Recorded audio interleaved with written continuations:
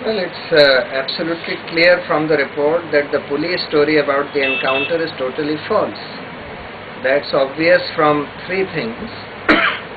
Firstly, that the wounds on the body of Muhammad Atif show that at least that there are burning and tattooing marks around the gunshot wounds and around some of the gunshot wounds, which show that at least those bullets had been fired at very close range, at a range of not more than 6 inches, which is completely different from the police version of the encounter, where they say that these people were on the other side of the room and from there they were firing, etc.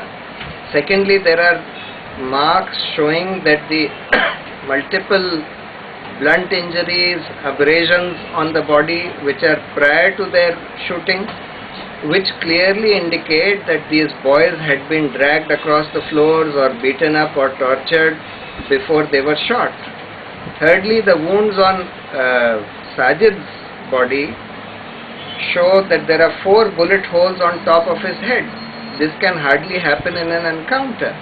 Apart from that, there are of course all the glaring problems with the police version that they say 2 of the boys escaped, which is impossible if 7 police officers were just outside this flat from where there is only one exit.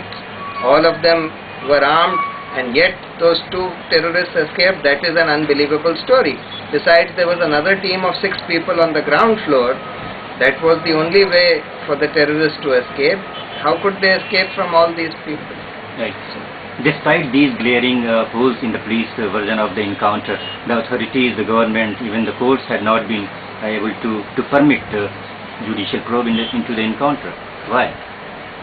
Well, unfortunately, the National Human Rights Commission, when the High Court was examining the matter and deciding whether a judicial probe should be ordered or not, they first asked the Human Rights Commission to make a report, and unfortunately the Human Rights Commission gave a report without really critically examining the evidence, without examining any of the residents of that area, without examining or without giving any opportunity to the family of these boys to say whatever they knew about it, and just swallowed the police version.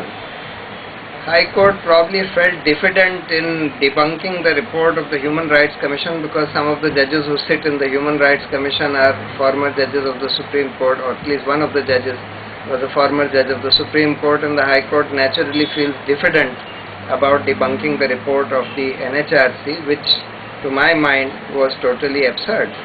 Right.